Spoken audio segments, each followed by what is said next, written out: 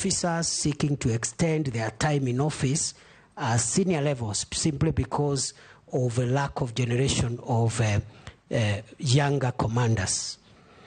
With regard to the motivation, we are working with the National Police Service Commission, and if I am approved, I will proceed with this discussion to provide a clearer policy on promotions, transfers, and some form of reward system which will help motivate our officers.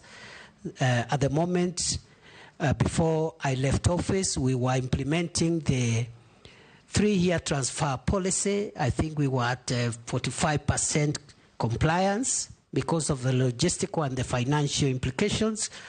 If I am reappointed, if I am approved by this House, I will complete that 3-year transfer policy to make sure that it happens. And also, we will have a fast-track promotion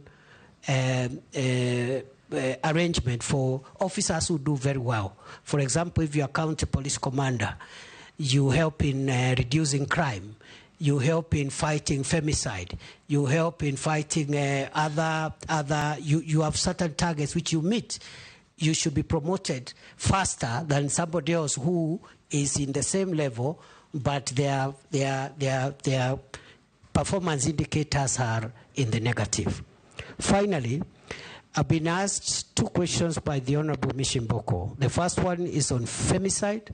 It is true, the cases of femicide we are seeing are worrying for the country, and it's also true we have critical gaps, especially at the lower levels of our policing and security apparatus, both the national intelligence